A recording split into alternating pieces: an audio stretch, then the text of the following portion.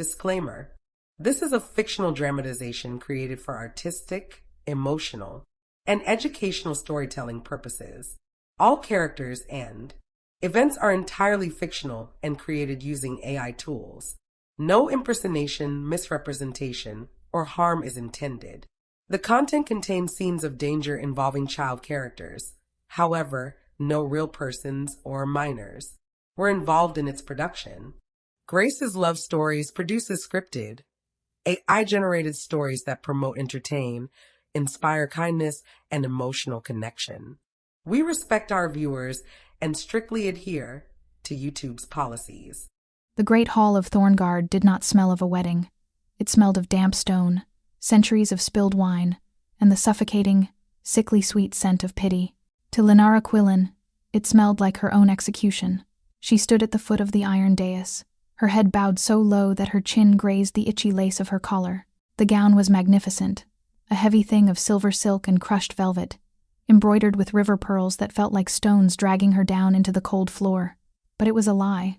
The hem was an inch too long, pooling clumsily around her feet, and the bodice had been pinned aggressively tight to accommodate a frame far slighter than the woman for whom it was intended. Lenara was the omega who fit into the leftover spaces.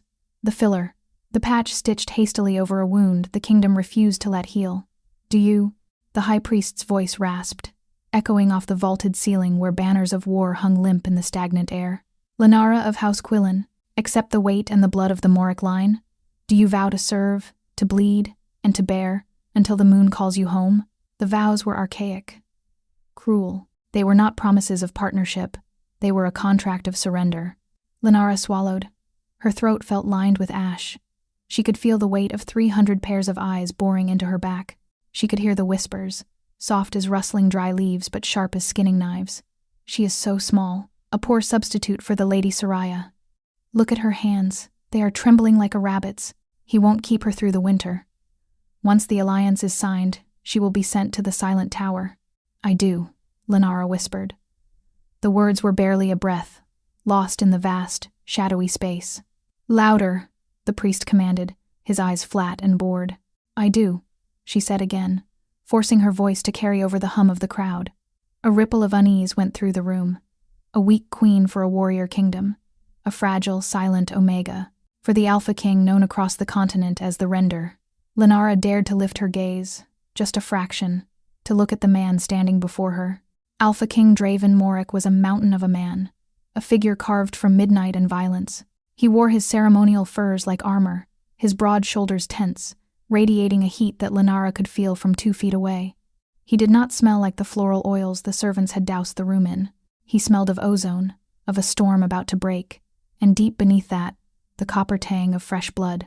He had not looked at her once, not when the heavy oak doors groaned open, not when she walked the long, lonely aisle, not now, as they stood breath to breath at the altar. His gaze was fixed somewhere over her head, staring at the stained glass window depicting the first Wolf King tearing the throat out of a demon. His jaw was locked so tight a muscle feathered beneath the skin of his cheek. A scar, jagged and white, ran from his temple down. Into the high collar of his tunic, a souvenir from the war that had won him this throne. He looked like a man awaiting a sentencing, not a groom awaiting his bride. "And do you?" The priest turned to the king, his voice trembling slightly. "Draven, Alpha of Alphas, King of the High North, accept this wolf as your mate and queen?" The silence that followed was agonizing. 1 second stretched into an eternity, then 2, 3. The hall held its breath. Lenara's heart hammered against her ribs like a trapped bird. "He is going to refuse," she thought, a cold wave of nausea washing over her. "He is going to turn around and walk away, just like Soraya did to him." It was the scandal that had nearly broken the kingdom. The Alpha King had chosen Lady Soraya, a beta of immense beauty and political standing. He had courted her. He had offered the throne, and she had laughed, fled across the sea with a southern duke, and left Draven Moric standing alone with a kingdom that demanded a queen. Lenara was the correction. The daughter of a minor banner man, an omega with no prospects, no wolf song, and a reputation for obedience. She was safe. She was invisible. She was here because she had no choice. Finally, Draven spoke. "I accept." His voice was a low rumble, vibrating through the floorboards, deep enough to rattle Lenara's bones, but it was flat, dead. He sounded like a general ordering a flank maneuver in a losing battle. Then, by the laws of the old code, seal the union. This was the part Lenara feared most. Draven turned toward her. For the first time, his body angled in her direction, blocking out the torchlight. He was massive, blotting out the world. She waited for him to lift her chin, to look into her eyes, to give her some sign of humanity. He didn't. He stepped forward, invading her space with a sudden, predatory grace. His large hand came up, not to hold her, but to roughly sweep the heavy hair away from the curve of her neck. His fingers were, calloused from the sword hilt, burning hot against her cold skin. Lenara flinched. Draven paused. For a fraction of a second, his hand hovered there, his thumb brushing the pulse point that fluttered wildly in her throat. He inhaled sharply, a ragged intake of breath, as if he had caught a scent that confused him. His body went rigid, like a bowstring pulled to the breaking point. But the moment passed. He lowered his head. There was no tenderness. He didn't kiss the skin first to numb it. He simply sank his teeth into the junction of her shoulder and neck. Lenara gasped, a sharp cry tearing from her lips as his canines pierced the tender flesh. It wasn't the mating bite that could only happen when the heat took them, but the claim of the house. A ceremonial marking to show she was property of the crown. It burned. It stung. Tears pricked her eyes, blurring the sea of faces watching them. Draven pulled back almost immediately. He wiped his mouth with the back of his hand, his eyes dark, pupils blown wide, black swallowing the amber irises. He looked disturbed, like he had tasted something that frightened him. He turned his back on her before the blood had even begun to well. "It is done," he growled to the room, his voice rougher than before. "Feast. Drink. Leave us." He didn't offer her his arm. He didn't wait for her to gather her heavy skirts. He strode down the dais steps, the heavy velvet of his cloak billowing behind him like a storm cloud, leaving his new queen standing alone at the altar, with a trickle of blood staining the white lace of a dress that wasn't hers. The royal suite was a fortress within a fortress. The walls were rough-hewn granite, draped in tapestries depicting great winter hunts and dying stags. The fireplace was large enough to stand in, the flames licking high and casting long, dancing shadows that looked like claws raking across the floor. In the center stood the bed, a massive four-poster monstrosity carved from ironwood, hung with heavy furs. Lenara stood by the door, her hands clasped in front of her stomach to stop them from shaking. The heavy oak door had been shut and barred by the guards outside. They were alone. Draven had stripped off his ceremonial cloak and thrown it carelessly onto the floor. He stood by the balcony doors, staring out into the snowy night. The wind howled outside, rattling the iron-framed panes, but the tension inside the room felt far more dangerous. He had been pacing for 20 minutes, back and forth, like a caged tiger. Every few seconds, a low, vibrating sound emanated from his chest, a growl he seemed to be suppressing with great effort. His hands opened and closed at his sides, flexing as if he wanted to strangle something. Lenara hadn't moved. She was terrified that if she made a sound, his aggression would turn toward her. She was an Omega. Her instincts were screaming at her to bare her throat, to submit, to make herself small. But she was. Already so small, she felt like she was disappearing. "My lord?" she whispered eventually. The silence was becoming heavier than the air in a tomb. Draven stopped mid-stride. He didn't turn. His hands braced against the stone frame of the balcony arch, his knuckles white. "Don't," he rasped. His voice sounded wrecked, as if he had been screaming for hours. "Don't speak to me." Lenara flinched as if he had struck her. I only wish to know if you required— I require nothing from you." He cut her off, his voice dropping to a snarl that made the hair on her arms stand up. "Do you understand?" "Nothing." The cruelty of it took her breath away. She knew this was a political match. She knew he didn't love her, but she had expected civility. She had expected a partnership, however cold. She had not expected to be hated for simply existing. "I am your wife," she said, a sudden spark of dignity rising through her fear. It was a quiet defiance, but it was there. "I am your queen. You chose me." Draven laughed. It was a harsh, barking sound, devoid of humor. He turned then, finally looking at her. Lenara's breath hitched in her throat. His eyes were wild. The amber was gone, replaced by a glowing, incandescent gold that swirled with something akin to madness. His shirt was unbuttoned at the top, revealing the sheen of sweat on his chest. Despite the chill in the drafty room, he looked feverish. "I didn't choose you," he sneered, walking toward her. He moved with that terrifying, fluid speed of a predator closing in on a wounded fawn. I chose a treaty. I chose a womb to produce an heir, so the council would stop braying at my door. Do not mistake a contract for desire, Lenara. He stopped 3 feet from her.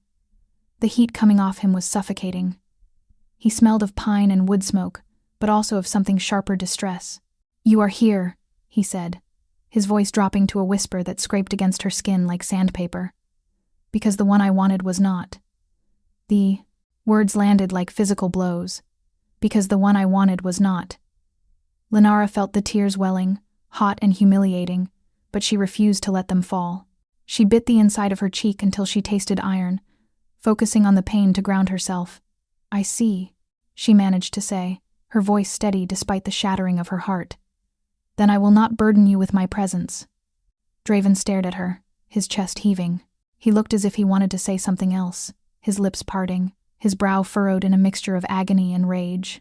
He took a step closer, his hand twitching as if to reach out, but then he violently recoiled, turning away and marching back to the window. Go to sleep, he commanded, his back to her. Or stare at the wall. It makes no difference to me. Just stay quiet. Stay away from me. Lenara watched him for a long moment. He was the king. He was the most powerful wolf in the north, and he was a man broken by a woman who wasn't here. She looked at the bed she was supposed to share with him. The furs looked like a trap. If she lay down there, she would just be waiting for him to decide to use her, waiting for him to see her as a vessel, a replacement, a warm body to help him forget Soraya. A cold clarity settled over her. She was an Omega. She had been raised to be soft, to be yielding, to endure, but she was also a Quillen.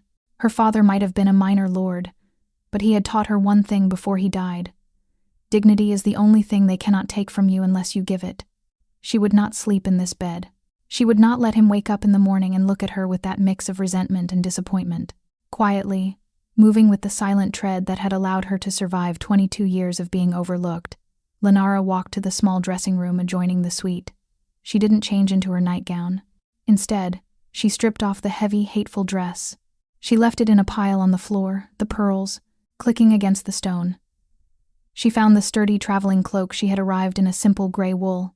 She pulled it over her undershift. She found her boots, trading the satin slippers for leather. She packed nothing. She had brought nothing of value into this marriage, and she would take nothing out. She stepped back into the main room. Draven was still at the window, his forehead pressed against the cold glass. He seemed lost in a trance, his breathing ragged. He hadn't moved. Lenara looked at his broad back one last time.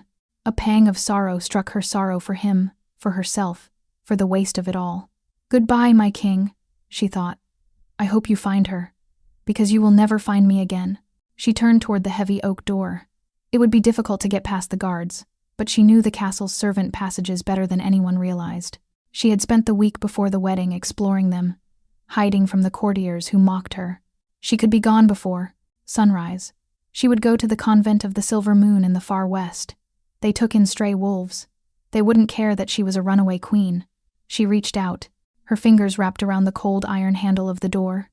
She pressed the latch down. Click. The sound was microscopic in the roaring silence of the room, but the reaction was instantaneous. A sound tore through the room, not a word, not a shout, but a roar, a primal, subterranean thunder that shook the dust from the tapestries and rattled the window panes. Before Lenara could push the door open, a force slammed into the wood above her head. Wham! The door shuddered in its frame, slammed shut by a hand that hit with the force of a falling tree. Lenara gasped, spinning around, her back pressed flat against the wood. Draven was there. He had moved across the room faster than thought, faster than a human eye could track. He loomed over her, caging her in with his body. His hands were planted on the door on either side of her head, trapping her, but it was his face that stopped her heart. The cold indifference was gone. The calculation was gone. His face was a mask of savage desperation. His lips were pulled back from his teeth, a low, continuous growl rumbling in his chest, vibrating through her own sternum. And his eyes. They weren't just gold anymore. They were burning. They were dilated so wide the black swallowed everything, fixed on her with a terrifying intensity.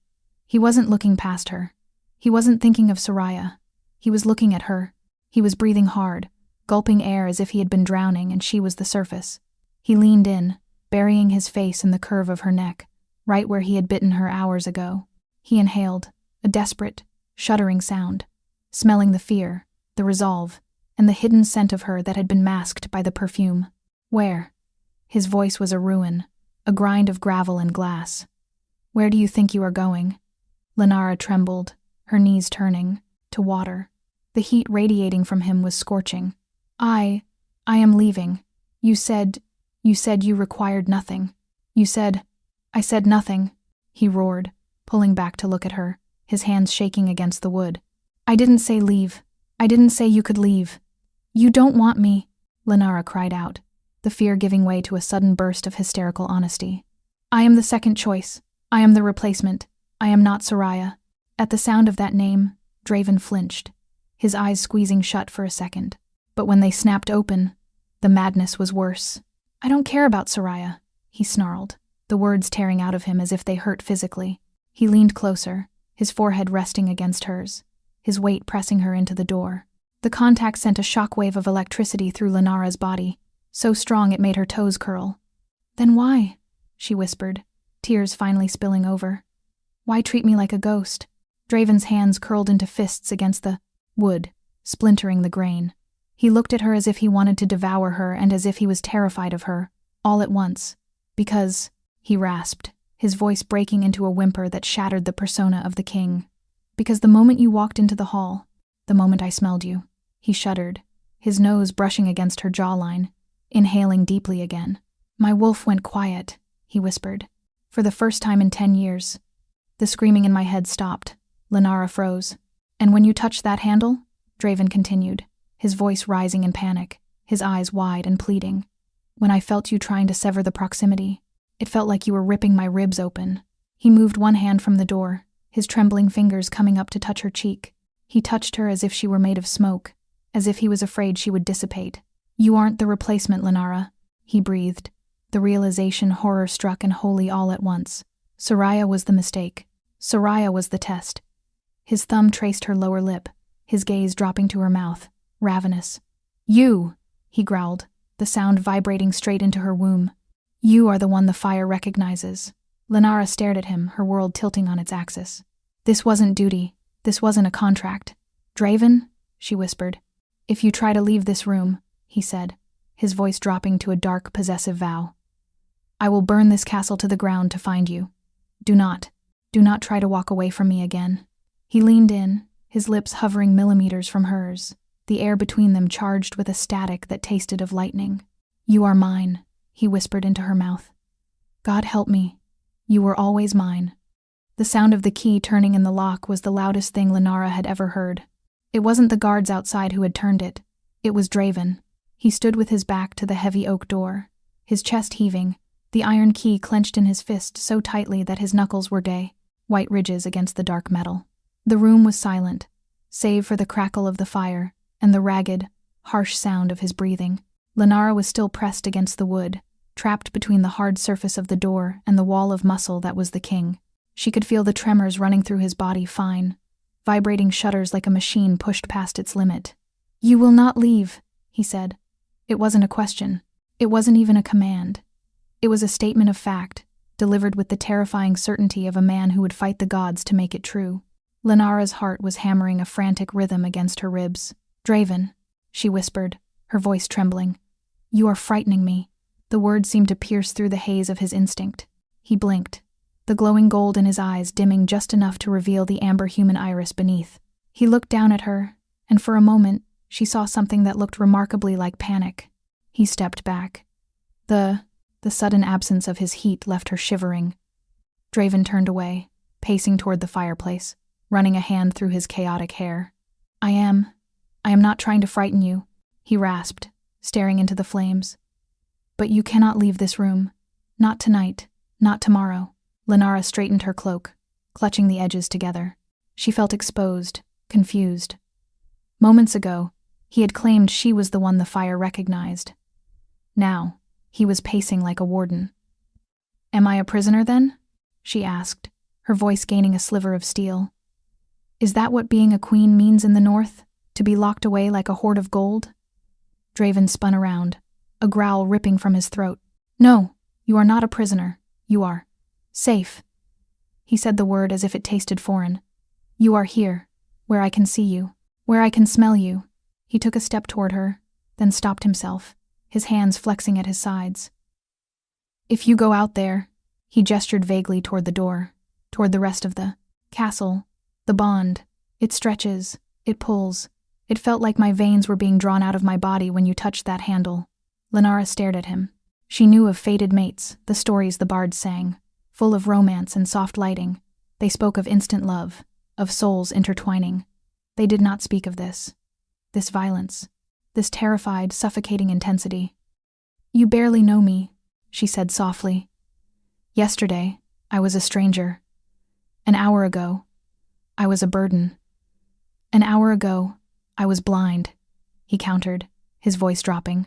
He looked at her across the room, his gaze heavy, physical. I have spent 10 years surrounded by noise, Lenara. 10 years of the pack's voices, the council's demands, the screaming of the war in my own head. When you entered the hall, silence. Beautiful, cold silence. He walked over to the small table where a decanter of wine sat, pouring himself a glass with a shaking hand. He drank it in one swallow. Take off the cloak, he said. Lenara stiffened. My lord? Take it off, he repeated, his voice straining. You are dressed to flee. Every time I look at that gray wool, I see you walking out into the snow. Take it off. Slowly, Lenara unclasped the cloak. She let it slide from her shoulders to the floor. She stood there, in her white undershift, her arms wrapped around herself. Draven exhaled, his shoulders dropping an inch. Good. Now. The bed. Lenara's eyes widened. I told you. Sleep, he interrupted, anticipating her fear. He walked to the massive armchair near the fire and sat down heavily, stretching his long legs out. He didn't look at the bed. He looked at the door, positioning himself as a living barricade. I will stay here. I will not touch you. But you must sleep, and you must do it, where I can hear your heart beating. Lenara hesitated. She was exhausted, her body aching from the tension of the day. The bed looked soft, the furs inviting, and Draven, for all his terrifying intensity, he had placed himself as far away from her as the room allowed, guarding the exit rather than stalking her. She climbed into the massive bed, pulling the furs up to her chin. She expected to lie awake for hours, watching him. But the moment her head hit the pillow, a strange, heavy warmth settled over her. It was the scent of him, pine and smoke embedded in the sheets. It lulled her.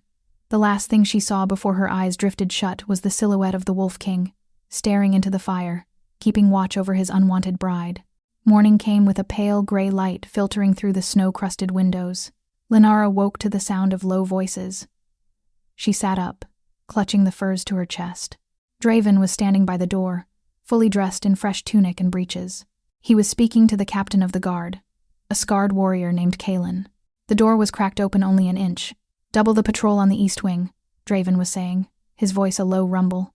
And no one enters this suite. No one. Not the maids, not the cooks. If she requires food, it is to be left on the tray outside. My king, Kalen sounded confused. The council is gathering. They expect the queen to receive the morning blessing. The queen is indisposed, Draven snapped. She is resting. Tell the council if they wish to bless something, they can bless the empty chair. He slammed the door shut and turned the key. When he turned around, he froze, seeing Lenara sitting up. His face, which had been hard as granite, softened instantly. You're awake, he said. He walked toward the bed, not stopping until his knees brushed the mattress. He looked tired. Dark circles bruised the skin beneath his eyes. He hadn't slept. You locked the door, Lenara said, her voice hoarse. I did, and you are keeping the servants out. I am. Lenara pushed the hair back from her face. Draven, I cannot stay in this room forever. I have duties. You have duties. My duty is to the pack, he said, leaning down, placing a hand on the bedpost, caging her in without touching her.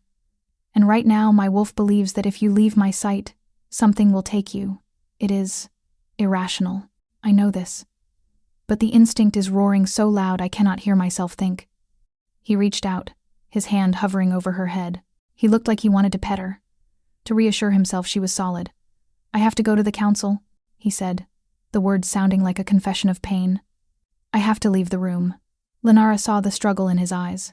The separation anxiety of a fresh bond was legendary, but for an alpha of his power, one who had been starved of a mate for so long, it must be agonizing. Go, she said softly. I will be here when you return. He looked at her sharply. You promise? Where would I go? She gestured to the locked door.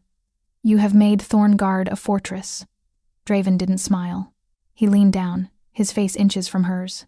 She could feel the heat of him, smell the clean soap and the underlying musk of his skin. I will return in 2 hours, he vowed. Do not open the door for anyone. He turned and left, locking the door from the outside with a heavy thud. Lenara was alone.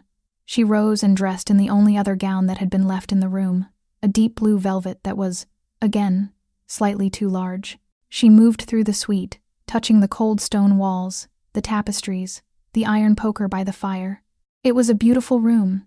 It was a royal room, but as the hour stretched into 2, and then 3, the beauty began to fade. The silence pressed in on her. She went to the balcony, but the doors were locked. She tried the handle. It wouldn't budge. He had locked her in. Panic began to flutter in her chest. This isn't protection, she thought. This is possession. He doesn't see me as a partner. He sees me as a thing he finally found and is terrified to lose. She was pacing the length of the rug when she heard a sound at the main door. Not a key, a scratch. Queen. Lenara? A muffled voice called. Lenara rushed to the door. Yes? Who is it? It's Magda, the head housekeeper. The king. The king has been detained. He sent word that you are to eat. There was a grinding sound as a small hatch, at the bottom of the door usually used for guard dogs, was pushed open. A tray was slid through across the floorboards. Lenara stared at it. Cold meat, cheese, a flagon of water, like she was an animal in a kennel. Open the door, Lenara demanded, her indignation flaring hot. I wish to speak to you face to face. I cannot, Your Grace. The woman's voice was tight, nervous. The king has the only key. He took it with him. Lenara stepped back, her hand covering her mouth. He had taken the key. He had literally trapped her inside. She sank onto the floor beside the tray, the humiliation burning her throat. She wasn't a queen. She was a prisoner of his madness. It was dark when the lock finally turned again. Lenara was sitting in the high-backed chair by the dying fire. She hadn't eaten the food. She hadn't lit the lamps. She sat in the gloom, anger and fear coalescing into a cold, hard knot in her stomach. The door opened, and Draven burst in. He brought the wind with him, cold air, the scent of snow, and the metallic tang of fresh blood. He looked frantic. His eyes scanned the room, wild and darting, until they landed on her. Lenara, he breathed. He slammed the door and crossed the room in 3 strides. He fell to his knees before her chair, his hands gripping the armrests. You sat in the dark, he said, his voice rough. Why did you not light the lamps? Lenara looked down at him. He was covered in snow. There was a smear of blood on his cheek, not his own. I preferred the dark, she said icily. It suits the cell you have kept me in. Draven flinched. He looked down at his hands, which were trembling. I could not come back sooner. There was a dispute at the border. Rogues. I had to. He gestured to the border, blood on his face. I had to deal with it. You took the key, Lenara said. I had to make sure you were safe. Safe? Lenara stood up, forcing him to look up at her. You treated me like a dog, Draven. You slid food through a slot. Do you know what the court must be whispering? That the king has locked his mad wife away? Or that the king is so jealous he cannot trust her to walk the halls? Draven stood slowly. He towered over her, the shadows clinging to him. I do not care what they whisper, he growled. I care that you are breathing. I care that you are here. I am not an object, she shouted, pushing against his chest. It was like pushing a stone wall, but he let her shove him back a step. I am a person. I am a wolf, even if I have no shift. You cannot keep me in a box because you are afraid. I am not afraid, he roared back, the sound shaking the glass in the windows. You are terrified, Lenara screamed. Look at you. You are shaking. Silence crashed into the room. Draven stared at her, his chest heaving. The truth of her words hung between them. He was shaking. His hands, his jaw, his very soul seemed to be vibrating with a frequency that was tearing him apart. He closed his eyes, letting out a long, ragged breath. When he opened them, the gold was dull, swimming in moisture. "It hurts," he whispered. The admission was so quiet Lenara almost missed it. "What hurts?" she asked, her anger faltering. Draven took her hand. He didn't pull her. He just pressed her palm against the center of his chest, right over his heart. It wasn't beating. It was thundering. A chaotic, frantic rhythm that felt like it was trying to break his ribs. "Here," he said. "And here." He touched his temple. "When I am away from you, it is a physical agony. It feels like the bond is being cauterized. Like I am bleeding out." He looked at her, his expression open, raw, stripped of all kingly pretense. "I know I am trapping you," he admitted, his voice thick with shame. "I know this is madness. But Lenara, when I was fighting today, when the blood was in the air, the only thing that kept the wolf from taking over completely was the knowledge that you were behind that door, that you were safe." He sank down onto the rug again, resting his forehead against her waist.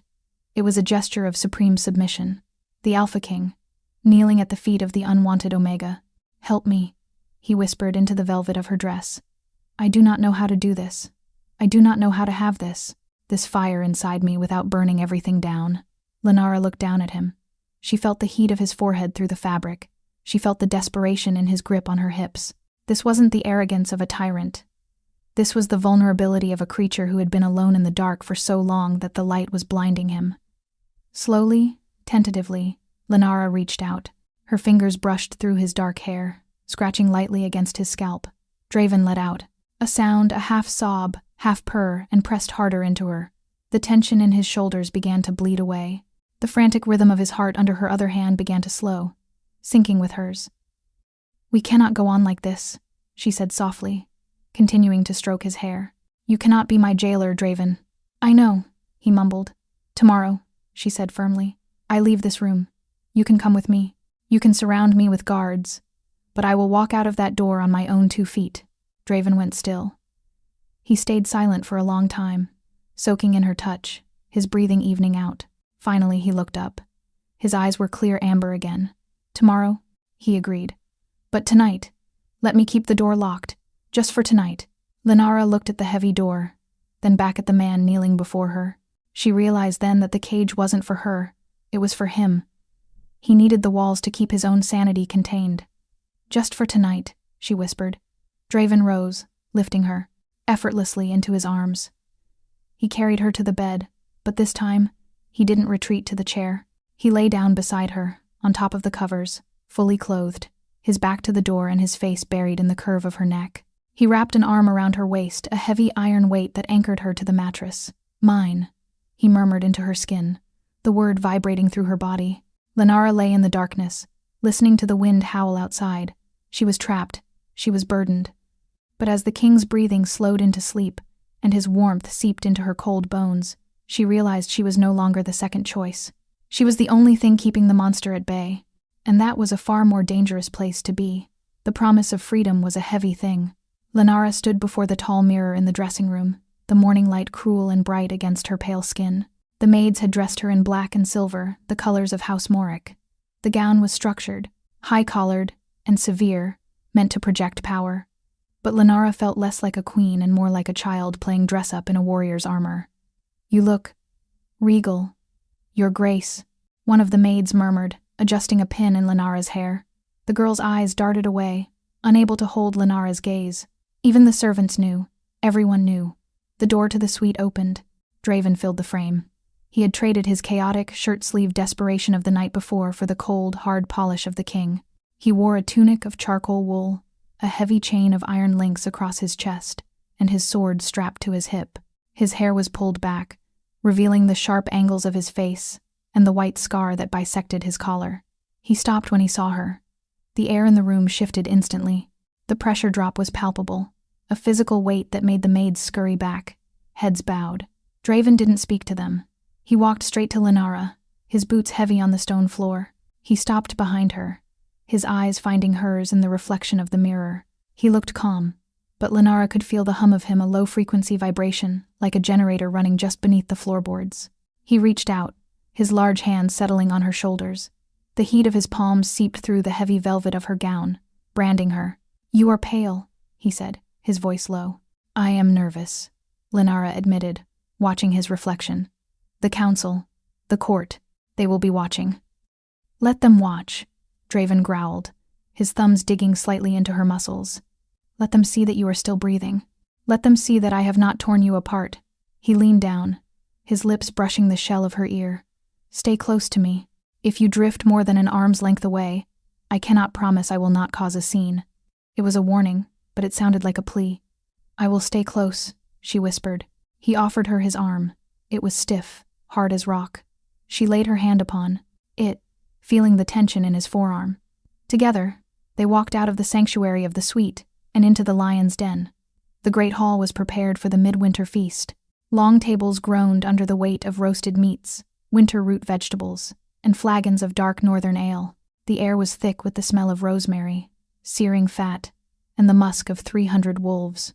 When the herald announced them King Draven and Queen Lenara of the High North, the room went silent.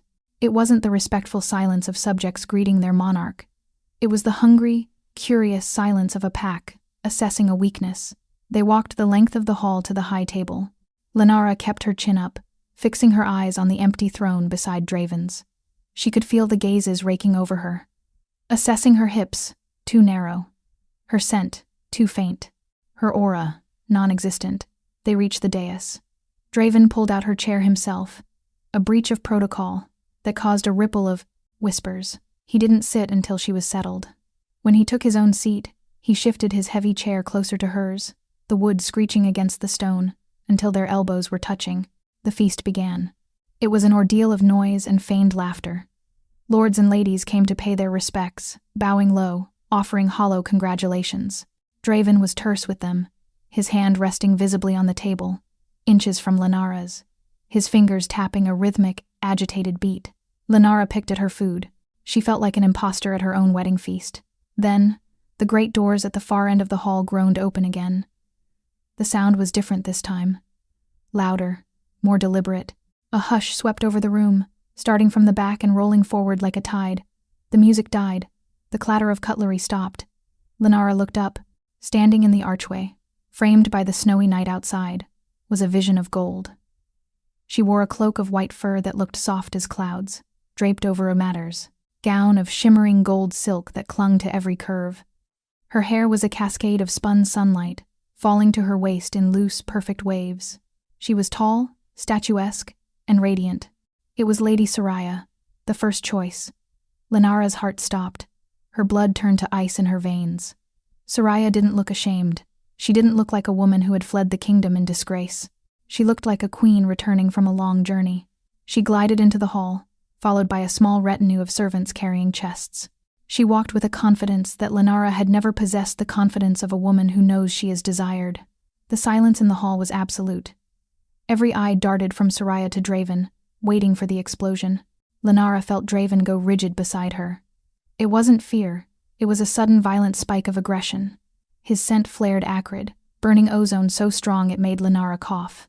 His hand on the table curled into a fist, the knuckles cracking audibly. Soraya reached the base of the dais. She sank into a curtsy that was graceful, deep, and entirely mocking. "My king," she purred. Her voice was like warm honey, carrying effortlessly to the rafters. "I heard of the sudden union. I traveled through the storm to offer my humblest felicitations." She rose, her blue eyes locking onto Draven's face, ignoring Lenara completely. "I feared you would be lonely," Soraya said, her lips curving into a smile that was both intimate and cruel. "I see you have filled the vacancy." The insult was subtle, wrapped in silk, but it struck Lenara with the force of a slap. Vacancy. As if Lenara was a piece of furniture brought in to fill an empty corner. Draven slowly stood up. He loomed over the table, his shadow falling across Soraya. "You have no business in Blackwood, Soraya," Draven said. His voice was a grinder of rocks. "You forfeited your place in this hall the night you boarded that ship." Soraya laughed.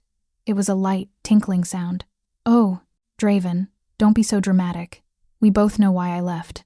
I was not ready to be caged. But I hear the cage has been opened." She took a step up the dais stairs. The guards tensed, but Draven held up a hand to stop them. "And this," Soraya finally turned her gaze to Lenara. Her eyes swept over the Omega, dismissing her in a single second. "This is the little Quillen girl? The one whose wolf never sings?" The shame burned hot in Lenara's cheeks. It was true. Her wolf had been silent since she was a child, a defect that made her an object of pity in a society that worshipped strength. "She is your queen," Draven snarled, the sound vibrating in his chest. "You will address her as such." "Queen?" Soraya tilted her head. "A title is just a word, Draven. A bond." She touched her own chest, looking back at him. A true connection is forged in fire, not signed on parchment because the council demanded an heir. She was rewriting history. She was claiming a bond that didn't exist, playing on the court's memory of their courtship. And the terrible thing was, the court was eating it up. Lenara could see the nods, the sympathetic glances toward the star-crossed lovers. Lenara felt small, microscopic. She looked at Draven, waiting for him to roar, to throw Soraya out, to claim Lenara as his true mate. But Draven was frozen. He was staring at Soraya, his face a mask of tortured conflict. To the court, it looked like longing. To Lenara, who was sitting in the blast radius of his aura, it felt like confusion. His instincts were screaming. The proximity of his new mate and the presence of the woman his mind had obsessed over for a year were clashing, causing a sensory overload that paralyzed him. He didn't defend her. Not really. He just stood there, vibrating. "I have brought a gift," Soraya said, signaling to her servants. They opened a chest, revealing a magnificent sword with a hilt of gold and ruby. "For the king. A reminder of the summer we spent in the sunburst. Isles." She stepped forward and placed the sword on the table, her hand lingering near Draven's. "I am staying in the East Wing," she said softly. "For old time's sake, Draven. Do not turn me away into the snow." Draven looked at the sword, then at Soraya. Then finally he glanced down at Lenara. His eyes were chaotic, swirling with that mad gold. He looked like a man drowning. "Stay," he rasped. "If you wish, but keep out of my sight." It was a dismissal, but it was weak. It was permission. Soraya smiled. A victor's smile. "As you wish, my lord." She turned and walked away, the crowd parting for her as if she were the true queen. Lenara sat frozen. He had let her stay. The woman who had broken him, the woman the kingdom wanted him to be with, he had let her stay under the same roof. Lenara looked at her hands resting in her lap. They looked pale and useless. She felt the bond, that fragile, thin thread that had connected her to Draven, go cold. It wasn't that he had severed it. It was that she was retreating. Inside her, deep in the spiritual cavity where her wolf resided, Lenara felt a shift. Her wolf, usually a quiet, dormant presence, let out a sound. It was a whimper, a sound of pure, distilled rejection. And then, the wolf turned away. It was a sensation Lenara had heard of but never felt. The fading, when an Omega's spirit, broken by rejection or shame, simply stops. It curls in on itself, severing connections to the outside world to protect the core. The sounds of the banquet hall became muffled, as if Lenara were underwater. The heat of Draven's body beside her, which had been so overwhelming moments ago, seemed to drift away. She stood up. The movement was sudden enough that Draven snapped his head toward her. "Lenara?" he said, his voice sharp. She didn't look at him. She couldn't. If she looked at him, she would scream, and she had enough dignity left not to scream in front of Soraya. "I am unwell," she said. Her voice sounded strange, flat, hollow. "I am retiring." "I will come with you," Draven said immediately, reaching for her arm. Lenara stepped back. The movement was smooth, avoiding his touch. "No," she said. Draven froze, his hand hovering in midair. "No? Stay," she said, gesturing vaguely to the hall, to the sword on the table, to the golden woman holding court near the wine barrels. "Stay with your guests. Stay with your memories." "Lenara, don't," he growled, the panic rising in his voice again. "You know that is not—" "I know what I see," she whispered, "and I know what I am." She turned and walked away. She expected him to follow. She expected the roar, the slammed doors, the primal demand that she return to his side. She braced herself for his wolf to crash into the barrier between them, but he didn't follow. Draven stood paralyzed at the high table, trapped between the expectations of his court, the confusion of his instincts, and the ghost of the woman he thought he loved. Lenara walked the long, lonely path down the center of the hall. The silence was deafening. She could feel Soraya's eyes on her back, burning like a brand. The safe choice. The replacement. She reached the heavy double doors and pushed them open. The cold air of the corridor hit her face, but she didn't shiver. She felt numb. She walked blindly, not toward the royal suite. She couldn't go back there. That room smelled of him. It smelled of the lie that she was his anchor. She turned left, toward the older, draftier wing of the castle, the wing where the nursery had once been, now abandoned and covered in dust sheets. She found a small room with a window overlooking the frozen cliffs.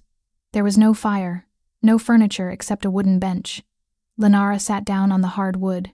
She pulled her knees to her chest. Inside her chest, the silence grew louder. The heartbeat of her wolf slowed, rhythmic and fading, like a clock winding down. She closed her eyes. I accept, she thought, surrendering to, I the cold. I accept that I am nothing. And in the great hall, amidst the feasting and the gold, the Alpha King suddenly doubled over, clutching his chest, a roar of agony tearing from his throat as he felt the light in his soul flicker and go out. The morning sun did not rise over Thorngard. It merely bruised the gray sky with a dull, sickly purple. In the council chamber, the air was thick enough to choke on. The 12 high lords of the north sat around the circular stone table, their faces grim, their furs heavy. At the head of the table, Alpha King Draven Morik paced like a caged animal, his boots slamming against the floorboards with a violence that made the water in the goblets tremble. He looked terrible. His skin was gray, his eyes rimmed with red. He hadn't slept, he hadn't eaten. Since the moment Lenara had walked out of the great hall the night before, a terrifying silence had settled in his chest. The bond, that frantic, burning tether that had screamed at him for 2 days had gone quiet. It wasn't gone. It was worse. It was fading. It felt like a limb that had fallen asleep. A heavy, prickling numbness that was slowly spreading toward his heart. She is not fit. Lord Vane, a grizzled elder with a scar across his nose, slammed his fist on the table. Look at the facts, Draven. She left the feast. She hides in the old nursery. She has no wolf. She is an Omega who cannot even bear the weight of the crown's gaze, let alone the crown's enemies. She is my mate, Draven snarled, stopping his pacing to glare at the old wolf. If you speak against her again, Vane, I will rip your tongue out. Is she? A smooth, melodic voice cut through the tension. Lady Soraya stood near the window. She wasn't a council member, but her influence was a poison that had seeped deep into the roots of the court. She wore riding leathers today, looking every inch the warrior queen she claimed to be. If she were your true mate, Draven, Soraya said softly, turning to face him, you wouldn't be looking so diminished. A true bond strengthens an alpha. This, she gestured to his shaking hands. This is a parasite draining you. She is weak, and her weakness is killing you. Get out, Draven whispered, the gold in his eyes flickering dangerously. I only speak the truth, Soraya sighed. The North cannot have a weak queen. Winter is coming. The rogues are gathering at the southern border. We need strength. The law is clear, Lord Vane interjected, seizing the opening Soraya had provided. If the queen's fitness is in question, she must prove herself. She must undertake the trial of the White Pine. Draven froze. The trial is a hunt. It is for warriors. She is an Omega. It is for queens, Vane corrected. The first Morik queen hunted the great white stag. If she is of the North will protect her. If she is not, the North will cull her. I forbid it, Draven roared, slamming his hands onto the table. I will not. Send her into the woods to die for your amusement.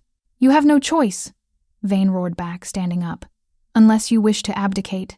Unless you wish to admit that you chose a broken thing over the good of the pack. The doors to the chamber creaked open. The argument died instantly. Lenara stood there. She wore the same gray wool cloak she had tried to flee in 2 nights ago. Her face was pale, translucent as ice, and her eyes were dark, hollow voids. She looked like a ghost who hadn't realized she was dead yet. She didn't look at Draven. She didn't look at Soraya. She looked at the empty center of the table. I will do it, she said. Her voice was barely a whisper, but in the silence of the room, it sounded like a gavel strike. Draven moved toward her, stumbling slightly as the numbness in his chest spiked. Lenara, no. You do not know what they are asking. They are asking if I am worthy, she said, finally lifting her eyes to his. There was nothing in them. No anger, no fear, no love, just a vast, snowy emptiness. And I am tired, Draven. I am tired of the whispers. I am tired of being the mistake. You are not a mistake, he pleaded, reaching for her. He needed to touch her. He needed to jumpstart the bond, to feel the fire again. She stepped back. The trial of the White Pine, she said to Lord Vane. When does it begin? Vane looked surprised by her resolve, but he nodded grimly. At high noon. You will be given a bow and a knife. You must return with a kill before sunset. If you return empty-handed, you return as an exile. And if I do not return at all? Lenara asked. Soraya smiled from the corner. A small, cruel thing. Then the king is free. Lenara nodded. Acceptable. Lenara. Draven grabbed her shoulders then, ignoring the gasp of the council. Stop this. I can end this. I will banish them all. I will burn the laws. She looked up at him, and for a second, he saw the heartbreak beneath the ice.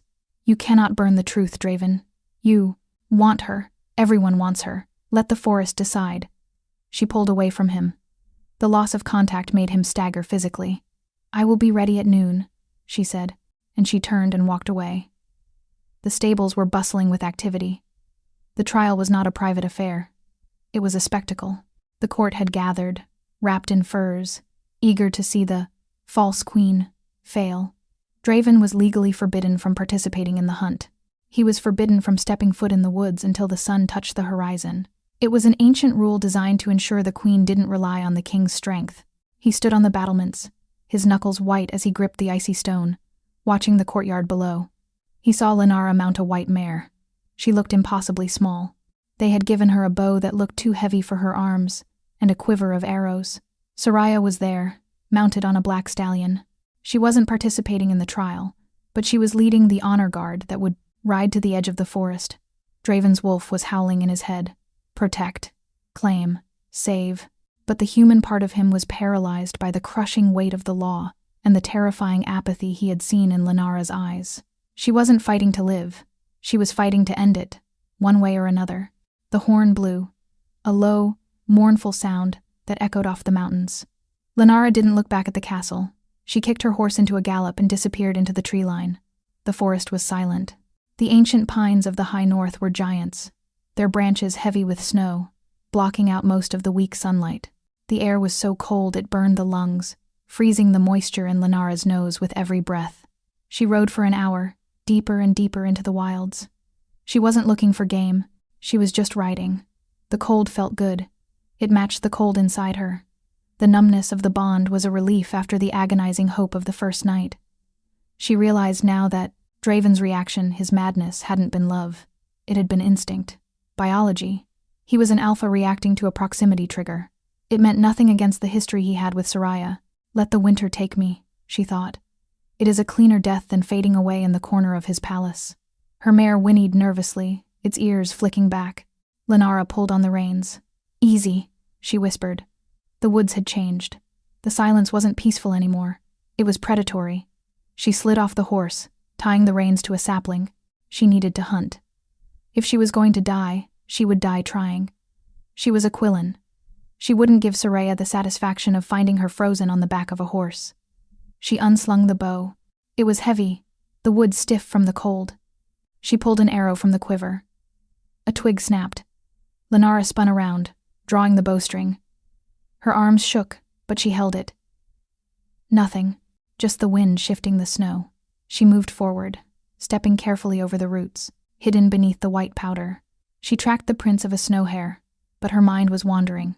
She heard a sound, a low, chuffing noise to her left.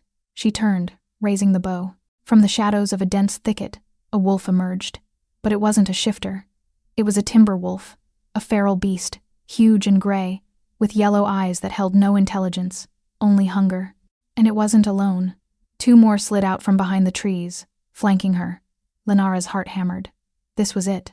She aimed at the lead wolf. She took a breath, anchored her stance, and released the string. Snap. The bowstring didn't just release, it shattered.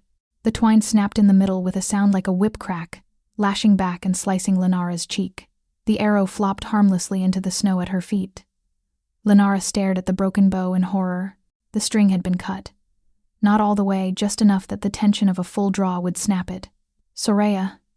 The realization hit her with the force of a physical blow. It wasn't a trial, it was an execution. The lead wolf didn't wait for her to process the betrayal. It lunged. Lenara threw the useless bow at its face and scrambled backward, drawing the hunting knife from her belt. The wolf crashed into her, its weight driving the air from her lungs. Jaws snapped inches from her throat. She screamed, jamming her forearm into the beast's neck to hold it back. The thick wool of her cloak protected her skin, but the pressure was crushing. She stabbed blindly with the knife, the blade sinking into the wolf's shoulder. The wolf yelped and rolled off, snarling. Lenara scrambled to her feet, gasping. Blood red and hot stained the pristine snow. The other two wolves were circling now. They smelled the blood. They smelled the fear. "Come on," Lenara screamed, her voice raw, tears freezing on her face. "Finish it." But inside, something flickered. The apathy cracked. The desire to sleep, to fade, to let the cold win. It vanished, replaced by a sudden, white-hot spark of rage. No. She was the second choice. She was the replacement. She was the unwanted bride. But I am not meat. She gripped the knife, her knuckles white. She wasn't going to die here. She wasn't going to let Soraya win. The lead wolf, wounded but furious, crouched to spring. Back in the castle, Draven was on his knees in the center of the council chamber. The lords were watching him with a mixture of fear and awe. He wasn't moving. He wasn't speaking. He was staring at the floor, sweat pouring off his face despite the chill. "My king?" Kaelin, the captain, stepped forward cautiously. Draven's head snapped up. His eyes were gone. There was no amber, no white, just pools of liquid, terrified gold. "She is bleeding," he whispered. The voice didn't sound human. It sounded like tectonic plates grinding together. "The sun is not down," Lord Vane warned, backing away. "You cannot interfere. The law states, fuck the law." The shout shattered the windows. Glass rained down onto the table. Draven stood up. As he did, the air around him warped. His bones cracked, a sickening, wet sound that echoed in the room. He didn't bother to strip. He didn't bother to walk to the door. He shifted. It was a violent, explosive transformation. One moment he was a man. The next, a massive midnight black wolf stood in the center of the room, shredding his clothes, his tunic hanging in tatters around his massive shoulders. The wolf the render was twice the size of a normal alpha. His fur was pitch black, darker than the shadows. His eyes were burning coals. He looked at Lord Vane and let out a roar that shook the dust from the ceiling rafters. Then, he turned and charged. Not at the door, at the balcony. He leaped, crashing through the stone balustrade, plummeting 3 stories down into the courtyard below. He landed with a thud that cracked the cobblestones, gathered his legs beneath him, and launched himself toward the forest gate. He was a black streak of death against the white snow. He ran faster than a horse, faster than the wind. He could feel her. He could feel the terror. He could feel the sharp bite of the cold. And he could feel her rage waking up like a dragon in a cave. "Hold on!" he roared into the mental link, forcing the words down the withered bond. "I am coming. I am coming." Lenara was backed against a rock face. Her cloak was shredded. Her left arm was useless, bitten deep, blood soaking the gray wool. The knife was gone, knocked from her hand in the last scuffle. The 3 wolves were wary now. They had underestimated the small female. One lay dead in the snow, its throat slit by a lucky strike, but the other 2 were closing in.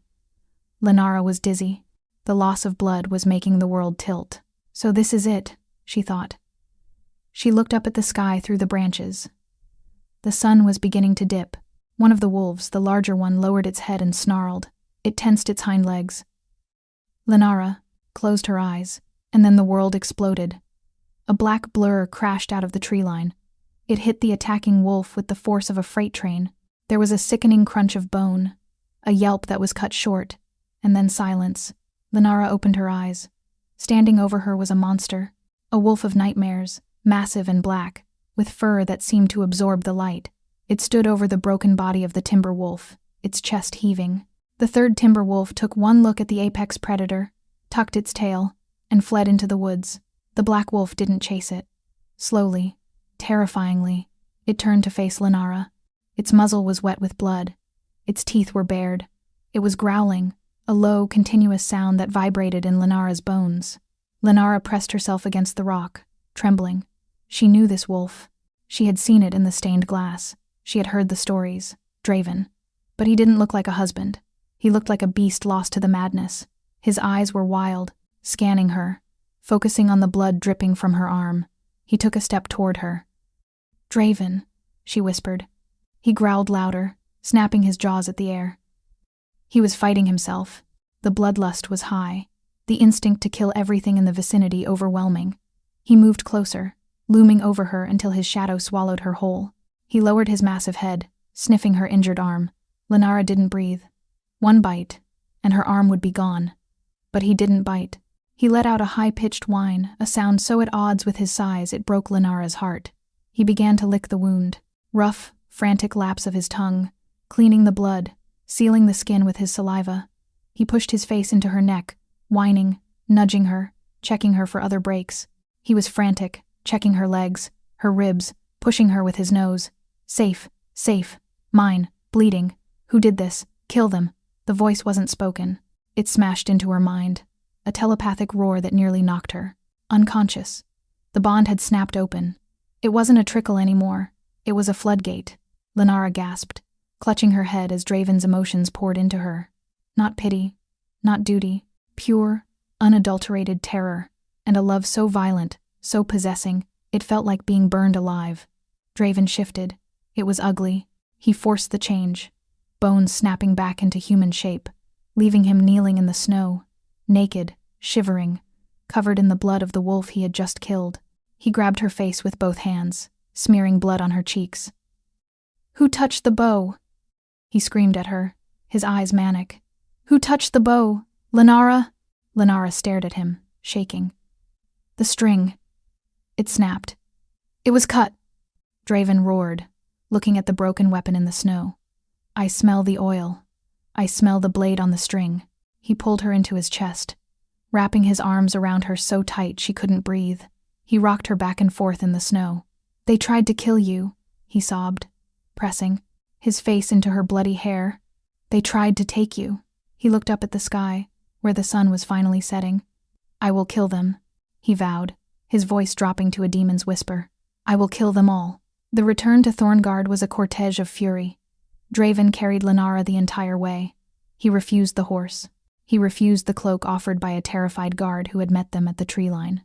He walked barefoot through the snow, naked save for the shredded remnants of his breeches, clutching his wife against his chest as if she were the last ember of a dying fire. His skin was burning hot, warding off the winter chill for both of them. Lenara, drifting in and out of consciousness from the blood loss, could feel the thundering of his heart against her cheek. It wasn't just beating, it was counting down. When they reached the castle courtyard, silence fell like an axe. The nobles who had gathered to watch the outcome of the trial stood frozen. They had expected a corpse. They had expected a shamed Omega returning in failure. Instead, they saw their king, covered in blood that was not his own, carrying a woman who looked less like a queen and more like a sacrifice that had refused to die. Draven didn't stop. He didn't acknowledge the council members who rushed forward, babbling about laws and protocols. He walked straight through them, his eyes fixed on a point in the distance that only he could see. "Get the healers," he snarled as he passed Kaelin. "And lock the gates. No one leaves. No one enters." "My king," Kaelin stammered, looking at Lenara's limp form. "The Lady Soraya. She is asking to see you." Draven stopped. The motion was so abrupt that Lenara's head lolled against his shoulder. She groaned, a soft sound of pain. At the sound, Draven's entire body convulsed. He looked at Kaelin, and for a moment, the captain of the guard took a step back, hand going to his sword hilt instinctively. The king looked inhuman. "Tell Soraya," Draven whispered, his voice carrying a terrible calm, "that if she steps out of her chambers, I will not be responsible for what happens to her." He turned and marched up the stone steps, leaving a trail of bloody footprints on the pristine white marble. The royal suite smelled of iron and antiseptic. 3 healers worked on Lenara's arm. The bite was deep, dangerously close to the bone, but the artery was intact. They stitched the flesh with hands that trembled under the king's gaze. Draven stood by the fireplace. He had washed the blood from his face but refused to dress. He wore only loose trousers, his chest bare, revealing the scars of his past wars. But it was the fresh scars that were terrifying scratch marks on his own arms, where he had clawed at himself during the transformation. He was pacing, always pacing. The fever is rising. The head healer, an elderly woman named Martha, murmured, placing a cool cloth on Lenara's forehead. It is the infection from the bite, and the shock. Her wolf is too weak to heal it quickly. Fix it, Draven said from the shadows. We are doing our best, sire. But she needs rest, quiet. She needs her mate, Lenara whispered. The room went still. Lenara's eyes were open. They were glassy, fever-bright, but she was lucid. She looked past the healers, straight at the man lurking in the dark. Leave us, Draven commanded. Sire, the bandages, leave us. The healers scrambled, gathering their basins and cloths, fleeing the room as if the devil himself had snapped his fingers. The door clicked shut. Draven didn't move toward the bed. He stayed by the fire, gripping the mantle. You shouldn't be near me, he said, his voice ragged. I am unstable. You saved me, Lenara said. Her voice was weak, but the apathy was gone. In its place was a quiet, steady ember of defiance. I broke the law, he countered bitterly. I entered the woods before sunset. By rights, I have forfeited the crown. They cut the bowstring. Draven. He flinched. He turned to look at her, his face a mask of anguish. I know. I smelled the oil on your hands when I picked you up. It was Soraya, Lenara said. It wasn't a question. Draven closed his eyes. I know, and yet she is still in the castle. Because if I go to her now... Draven opened his eyes, and the gold was swirling again. I will kill her. I will tear her throat out in front of the court. And then the Southern Pack will declare war, and thousands will die because I couldn't control my temper. He walked toward the bed, stopping a few feet away. He looked at her bandaged arm, then at her face. I failed you, he whispered. I brought her here. I let her stay. I let them send you into the woods. He sank to his knees. For the second time in their short marriage, the Wolf King was on the floor. But this wasn't submission. This was collapse. I thought. He choked on the words. I thought I still loved her. I thought the bond with you was just biology. A trick of the heat. He reached out, his fingers hovering over her uninjured hand. But when you left on that horse, he said, looking up at her, tears tracking through the soot on his face. It felt like my soul was being ripped out of my body. I didn't chase you because of duty, Lenara. I chased you because a world without you in it is just ash. Lenara looked at him. This man, this powerful, broken creature. Then prove it, she said softly. Draven froze. What? The bond, Lenara said. It's weak. It's fading. My wolf. She turned away from you at the feast. She doesn't trust you. She lifted her hand, the one he was afraid to touch, and laid it on his cheek. If you want me to stay, she whispered, you have to bring her back. You have to bridge the gap. Draven leaned into her touch, a shudder running through him. How? Show me, she said. Show me what you felt in the woods. Don't tell me. Show me. She lowered her mental barriers. It was a dangerous thing to do with. An alpha in such a volatile state. It invited his psyche to crash into hers. But Lenara was tired of words. Words lied. Soraya used words like weapons. Draven understood. He took a sharp breath. He placed his hand over hers on his cheek, and he pushed. The connection slammed into place. It wasn't a gentle stream of affection. It was a tsunami. Lenara gasped, her back arching off the mattress as Draven's emotions flooded her system. She felt the cold of the woods. She felt the terror of seeing the empty saddle. She felt the red, blinding rage when he smelled her blood. But beneath that, beneath the violence and the fear, there was something else. A vast, deep ocean of need. It was a loneliness so profound it echoed. For 10 years, he had been a king, a warrior, a leader, but he had been hollow. And then, in the chapel, he had seen her small, terrified, resolute, and the hollow had filled with light. She felt his guilt. It was a heavy, suffocating stone in his chest. Guilt for Azpat, looking at Soraya. Guilt for making Lenara feel second best. And then, she felt the truth. Soraya was a golden statue. Beautiful, cold, hard. Lenara was the hearth fire. Warm, vital, necessary. You are not the replacement, his voice echoed in her mind, clear and ringing. You are the cure. Lenara let out a sob. The tears came hot and fast. Her wolf, sensing the sincerity, sensing the raw vulnerability of the alpha, stirred from its slumber. It didn't roar. It didn't howl. It simply stepped forward in the darkness of her soul and laid its head on its paws, watching him, waiting. Draven pulled back, breaking the mental link with a gasp. He slumped forward, resting his forehead on the mattress beside her hip. "I am sorry," he wept. "I am so sorry." Lenara stroked his hair. The fever was still burning in her blood, but the cold in her heart was gone. "I believe you," she whispered. "But Draven, believing is not enough. We are still in danger." Draven lifted his head. His eyes were clear now. The madness had receded, replaced by a cold, hard resolve. "Yes," he said. He stood up, the motion fluid and lethal. "We are." He walked to the wardrobe and pulled out a fresh tunic. He dressed quickly, strapping his sword belt around his waist. He looked like the king again, but different, harder. There was no hesitation in his movements. "Where are you going?" Lenara asked, fear spiking. "To finish the trial," he said. "Draven, you can't kill her." "I'm not going to kill her," he said, walking to the door. He paused, his hand on the latch. He looked back at her. "Death is too easy for what she did. I am going to do something far worse." "What?" "I am going to let her speak." The council chamber was full again. It was midnight, but no one was sleeping.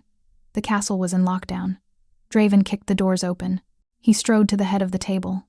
He didn't sit. He stood, radiating a power that made the candles flicker. "Bring her in," he commanded. 2 guards dragged Lady Soraya into the room. She wasn't in chains, but she looked disheveled. Her golden hair was messy, her eyes wide with indignation. "This is an outrage," she shrieked, shaking off the guards. "I am a guest. I am a noble of the Southern Isles. You cannot treat me like a criminal." "You are not a guest," Draven said, his voice dangerously quiet. "You are an assassin." He threw the broken bow onto the table. It clattered loudly, sliding across the wood to stop in front of Lord Vane. "Inspect it," Draven ordered. Vane picked up the bow. He ran a thumb over the frayed string. He sniffed it. His face paled. "Oil of nightshade," Vane whispered. "It weakens the fiber. It snaps under tension." "And who had access to the armory this morning?" Draven asked, his eyes fixed on Soraya. "I was nowhere near the armory," Soraya spat. "You were looking for a scapegoat because your little Omega couldn't handle a wolf. We have witnesses." Kaelin stepped forward from the shadows. The stable boy saw. "Your maid, Vea, entering the armory an hour before the hunt." Soraya's face twitched.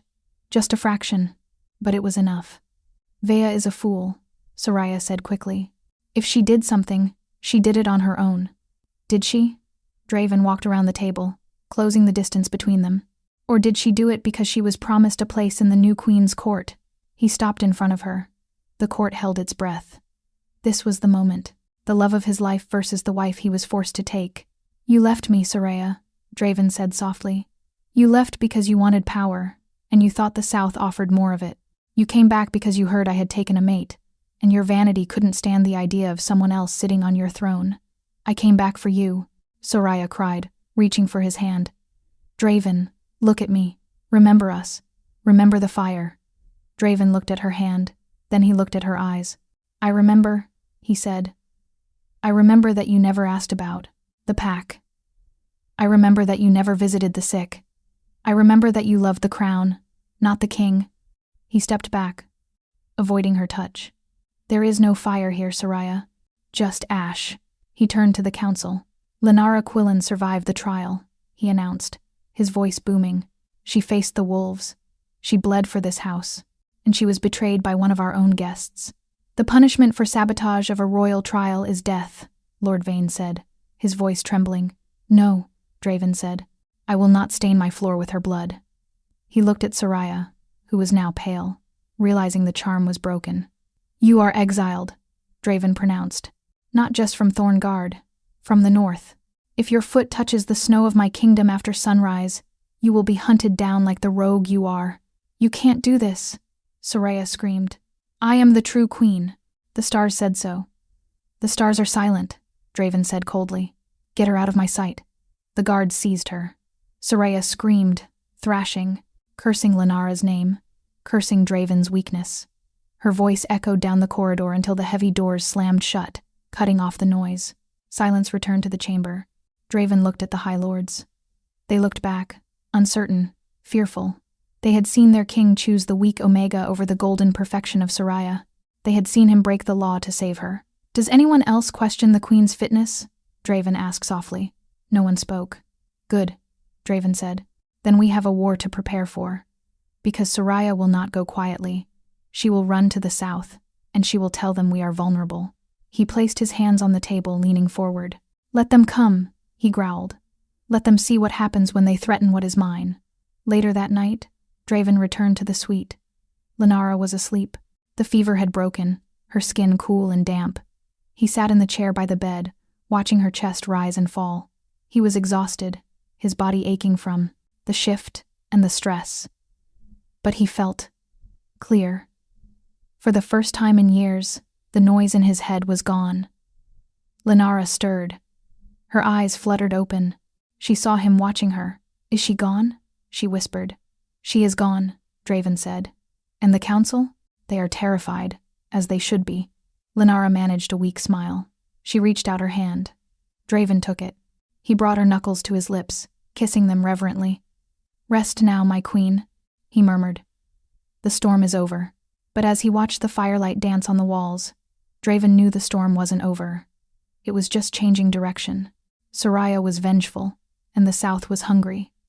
But for tonight, holding Lenara's hand, he didn't care. The fire was here, and he would burn the world before he let it go out again. The raven arrived 3 days after Soraya's exile. It was not a messenger bird of the north, strong, white-feathered and silent. This was a southern scavenger, black as pitch, with a cylinder of gold tied to its leg. It landed on the balcony of the royal suite, pecking aggressively at the glass, until Draven opened the door and crushed its neck in one swift motion. Lenara watched from the bed. She was sitting up now, her arm in a sling, the color slowly returning to her cheeks. But the sight of the king killing the bird made her stomach turn. Draven untied the scroll. He read it standing in the open doorway, the cold wind whipping his hair. His scent changed instantly. It soured, turning sharp with rage and something darker anticipation. "What does it say?" Lenara asked, swinging her legs over the side of the bed. Draven didn't answer immediately. He crumpled the parchment in his fist, the paper crackling like dry bones. He turned to look at her, his eyes hard. "Duke Oren of the South demands reparations," Draven said, his voice flat. "He claims we assaulted a noble guest. He claims we attempted to murder his betrothed." "Betrothed?" Lenara frowned. "Soraya?" "It seems she didn't waste time," Draven sneered, tossing the crumpled ball into the fire. It flared green as it burned. She ran straight into Oren's arms and spun him a tale of victimhood. "He is marching north." "Marching?" Lenara stood up, ignoring the throb in her arm. "With an army?" "With a war party," Draven corrected. 1,000 wolves. He thinks the north is weak. He thinks I am distracted by a new mate and a broken court." He walked over to the weapons rack, pulling down his heavy broadsword. The sound of steel singing against steel filled the room. "He is wrong," Draven growled. "Draven, 1,000 wolves." Lenara stepped closer. "Our garrison is half that. The winter patrols are scattered. Then we recall them," he said, checking the edge of the blade. "We light the beacons. We fortify the pass. That will take days," Lenara argued. "If they are already marching, they will be at the Frost Gate by tomorrow night." Draven stopped. He looked at her. He saw the fear in her eyes, but also the calculation. She wasn't cowering. She was strategizing. "What do you suggest, my queen?" he asked, a flicker of respect in his gaze. "Parley," she said. Draven laughed a harsh barking sound. "Parley with Oren? He is a butcher. He doesn't want talk. He wants land, and he wants to humiliate me. He wants a show," Lenara corrected. "He is marching because Soraya wounded his pride by coming back here. He needs to look strong. If you meet him on the field, if you give him a chance to posture, we can buy time. Time for the patrols to return." Draven stared at her. "You want me to walk out and talk to the man who is coming to kill us?" "I want you to be the king," she said firmly. "Kings negotiate. Beasts just bite." Draven lowered the sword. He looked at her for a long moment, the gold in his eyes simmering. "You are dangerous," he murmured, stepping closer. He touched her cheek, his thumb grazing her jawline. "I thought I married a mouse. I married a tactician. I learned silence."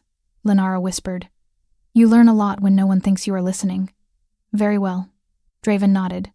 We ride to the Frost Gate, but Lenara, you stay behind the walls. No, she said. If I am the queen, I stand beside you. If I hide, they win. It is too dangerous. I face 3 wolves in the snow alone, Draven, she said, her voice steel. I can face a duke on a horse. Draven looked at her bandaged arm. He looked at the fire in her eyes, a fire he had ignited. He realized then that he couldn't stop her. She wasn't the fragile thing he had brought into this room a week ago.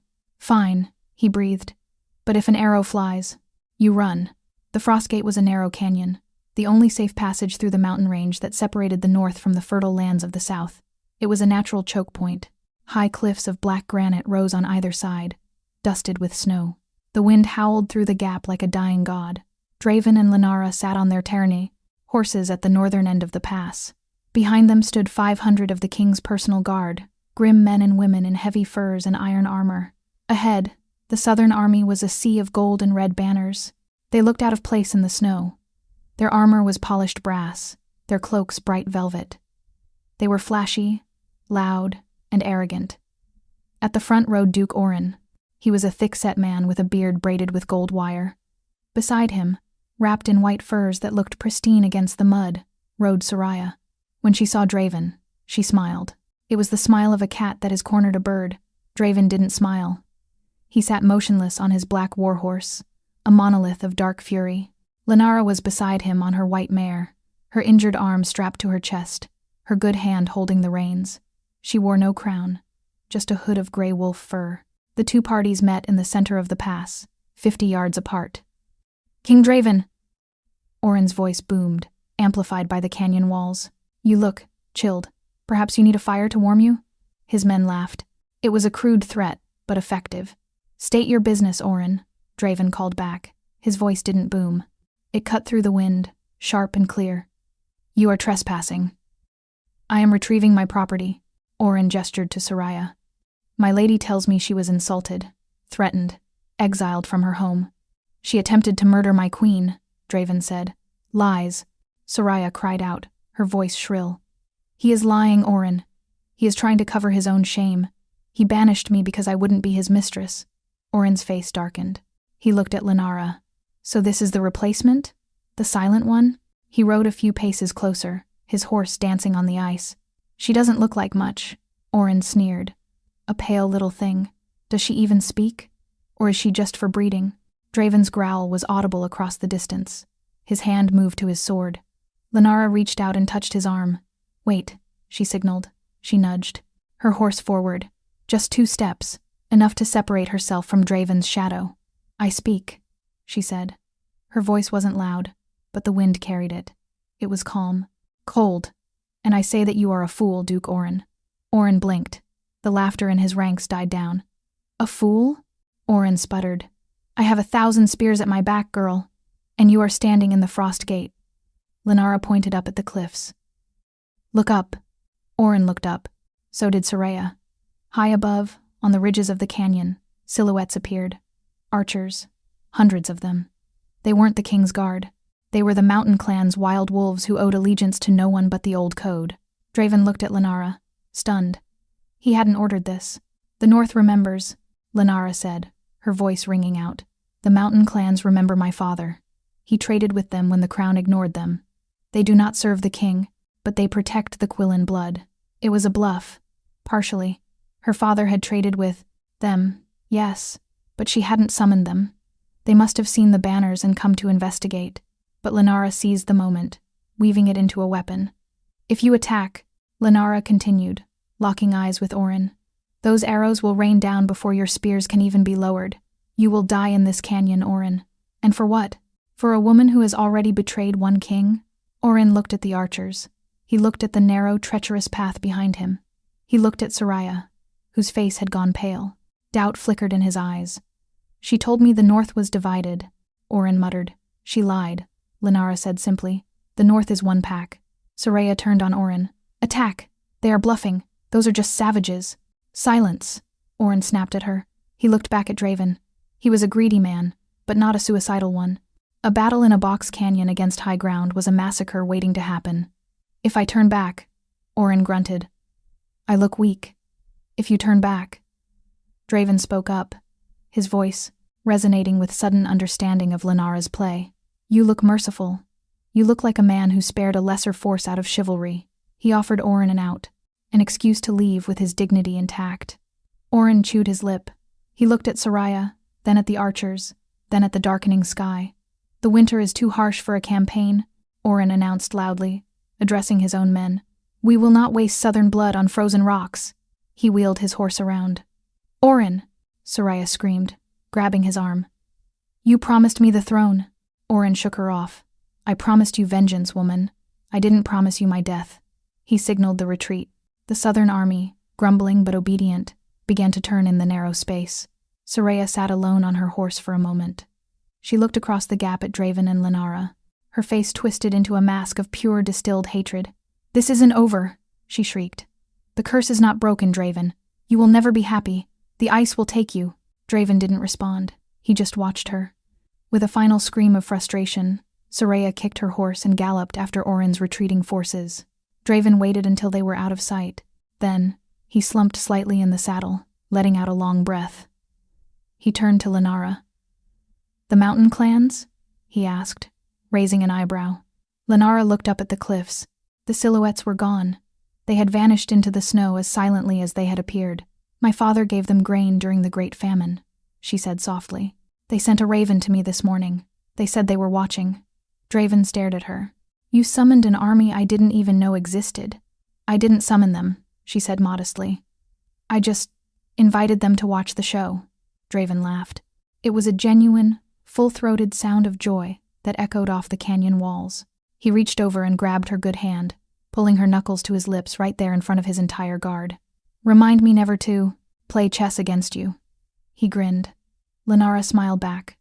For the first time, she felt the crown on her head not as a weight, but as armor. The victory at the Frost Gate changed everything. When they returned to Thorngard, the atmosphere had shifted. The whispers stopped. The pity vanished. Lenara wasn't the silent queen anymore. She was the wolf who stared down the southern army. She was the diplomat who saved the garrison. The council bowed lower. The servants moved faster. Even Lord Vane, the old skeptic, offered her a nod of genuine respect when she entered the hall, but the victory had a cost. That night, the adrenaline faded, and the exhaustion set in. Lenara's arm throbbed with a dull, relentless ache. The cold of the canyon had seeped into her bones. She sat by the fire in the royal suite, shivering despite the heavy furs draped over her. Draven was pacing again, but not from anxiety. He was restless with energy. The bond was singing. The threat was gone. He felt powerful, invincible. We should host a feast, he was saying, pouring wine. A real one, to celebrate the alliance with the clans, to formally introduce you to the northern Jarls. He turned to hand her a goblet, and stopped. Lenara was trembling. Her teeth were chattering. Her skin had gone gray. Lenara? He dropped the goblet. Wine spilled like blood across the rug. He was beside her in a second, his hand on her forehead. You're burning up, he whispered, panic bleeding into his voice. I'm cold, she stuttered. So cold. The healers said the infection was gone. Draven growled, scooping her up into his arms. He carried her to the bed, burying her under layers of fur. Martha, he roared at the door. Get Martha! The healer arrived minutes later, looking terrified. She unwrapped the bandages on Lenara's arm. The wound, which had been pink and healing that morning, had turned black. The veins of dark purple were spiderwebbing up her shoulder toward her neck. Martha gasped. Poison. Nightshade? Draven asked, his voice tight. No. Martha shook her head, her hands shaking. This is old magic. Shadow rot. It was on the wolf's teeth. The timber wolves were not just wild, sire. They were cursed. Draven felt the world tilt. Soraya hadn't just used oil on the bow. She had used dark alchemy on the beasts. Fix it, Draven commanded. Cut it out. It is in the blood now, Martha whispered, tears in her eyes. It attacks the wolf spirit first, then the body. Lenara let out a cry of pain, arching her back. Her eyes rolled back in her head. She is fading, Martha said. Her wolf is too weak to fight it. Draven grabbed Lenara's shoulders. No, you do not fade. You hear me? You do not leave me. I can't, Lenara gasped, clutching his tunic. Draven. The silence. It's coming back. Fight it, he roared, his own tears falling onto her face. Use my strength, take it. He tried to push his power into her through the bond, just as he had in the woods. But this time, it hit a wall. The rot was blocking the connection. It was severing the tie. I can't feel you, she whispered, terror filling her eyes. Draven, I can't feel you. Draven looked at Martha. What do we do? Tell me. There is only one way, Martha said, her voice barely audible. The blood ritual. Draven went still. The blood ritual was forbidden. It was the oldest, darkest magic of the shifters. It involved a total transfusion of essence. An alpha could give his life force to save a mate, but the cost was catastrophic. It would strip him of his power. It would burn out his wolf. He would live, but he would be human. He would be a king without a wolf, a cripple in the eyes of his people. If you do this, Martha warned, you will never shift again. You will lose the throne. The pack will not follow a human. Draven looked at Lenara. She was convulsing now, the black veins reaching her throat. She was dying. The only thing he had ever truly loved was dying because of his past mistakes. He looked at his hands, strong, clawed hands that had killed for her. Then he looked at her face. The throne is just a chair, he whispered. He pulled a dagger from his boot. Draven, no, Lenara rasped, understanding what he was doing. Don't. The kingdom needs the render. The kingdom can rot, he said, his voice breaking. I need you. He sliced his own palm. A deep, jagged cut. Then he took her hand and sliced hers, pressing the wounds together. By blood and bone, he chanted, the ancient words tasting like ash in his mouth. I give what I am. Take the fire. Take the wolf. Take it all. The room began to hum. A red light, thick and visceral, began to glow around their joined hands. Draven felt a pulling sensation, violent and agonizing. It felt like his marrow was being sucked out of his bones. His wolf, the massive black beast that had ruled the north, threw back its head and howled one last, mournful note before dissolving into light. The light flowed into Lenara. Her convulsions stopped. The black veins receded, chased away by the influx of raw, alpha power. Her skin flushed pink. Her breathing deepened. Draven gasped, his knees buckling. He fell forward, his head resting on her chest. He felt empty, hollow. The silence in his head was absolute. No growls, no instincts. Just the quiet, fragile beat of a human heart. Lenara opened her eyes. They weren't just brown anymore. They were flecked with gold, his gold. She sat up, feeling the surge of power, his power coursing through her veins. She looked down at him. He was unconscious, pale, stripped of his glory. Draven, she sobbed, pulling his heavy body into her arms. The king had fallen. The wolf was gone. But the queen was awake. And she was burning with the fire of two souls. The winter had finally broken. The snow that had choked the passes of the high north for 6 months was retreating, leaving behind patches of wet, black earth and the stubborn green shoots of iron pine saplings.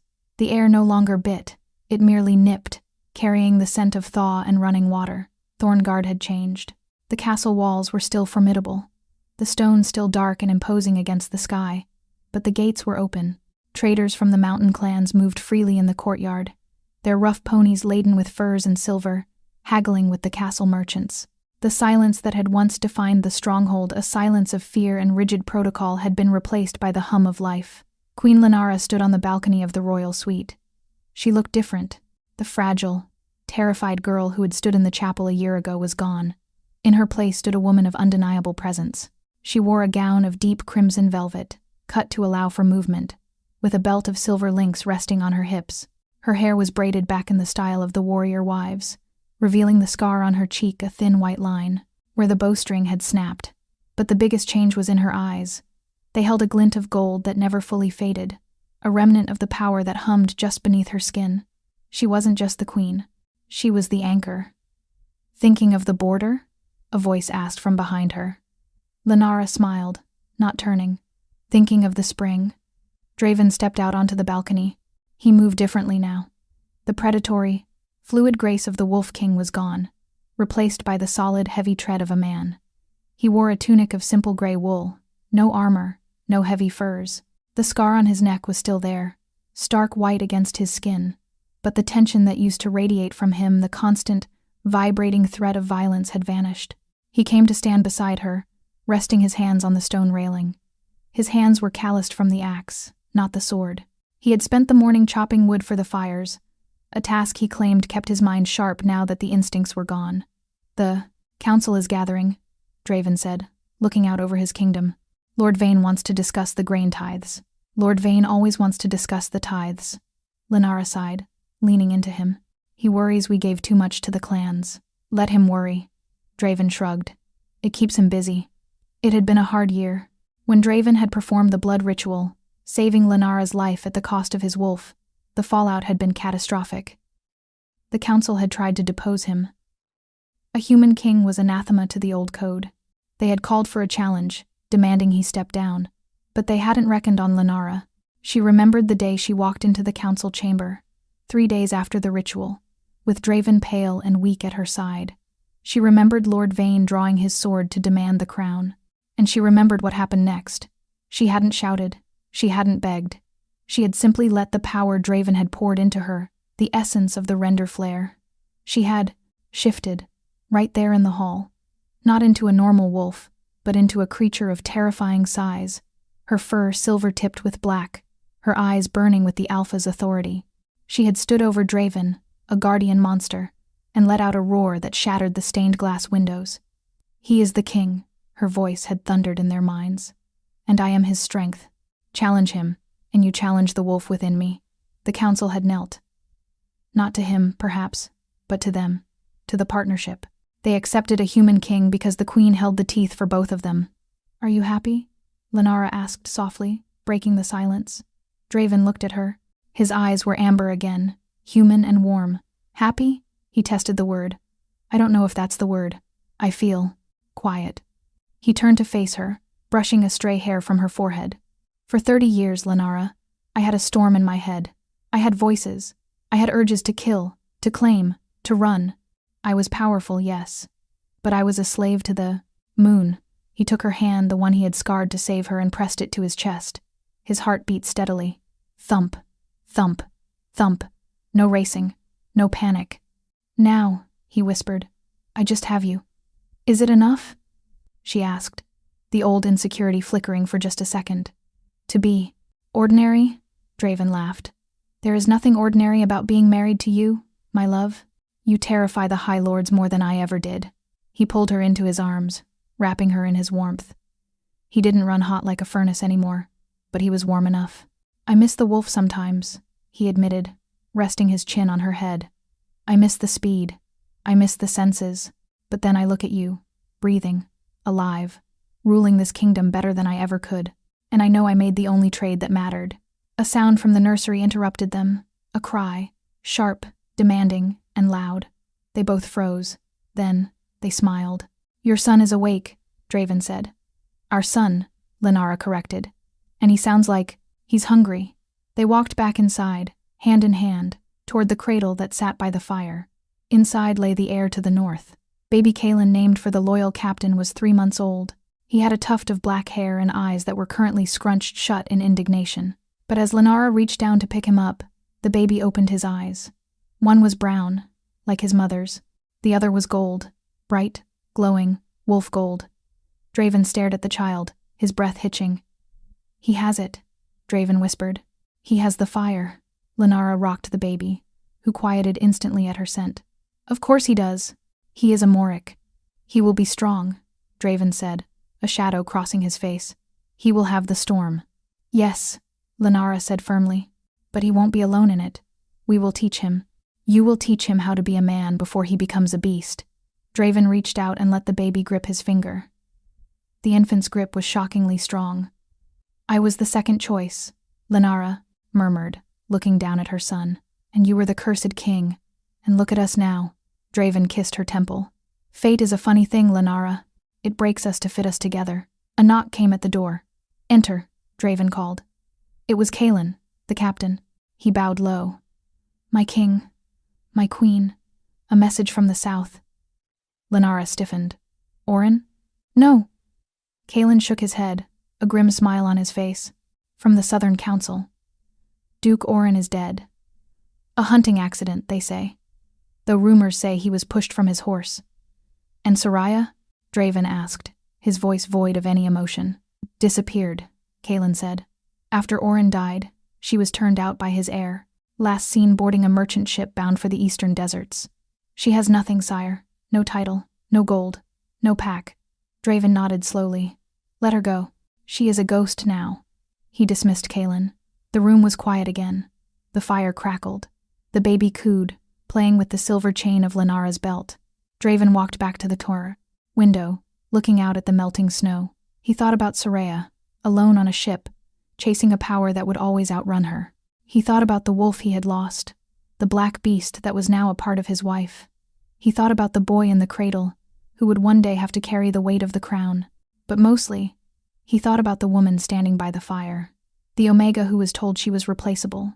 The woman who had packed her bag on her wedding night, ready to walk into the snow to save her dignity. The woman who had summoned armies, faced wolves, and taken a curse into her own veins to save him. He walked back to her. Lenara, he said. She looked up. Yes? You saved me, he said. Not just my life.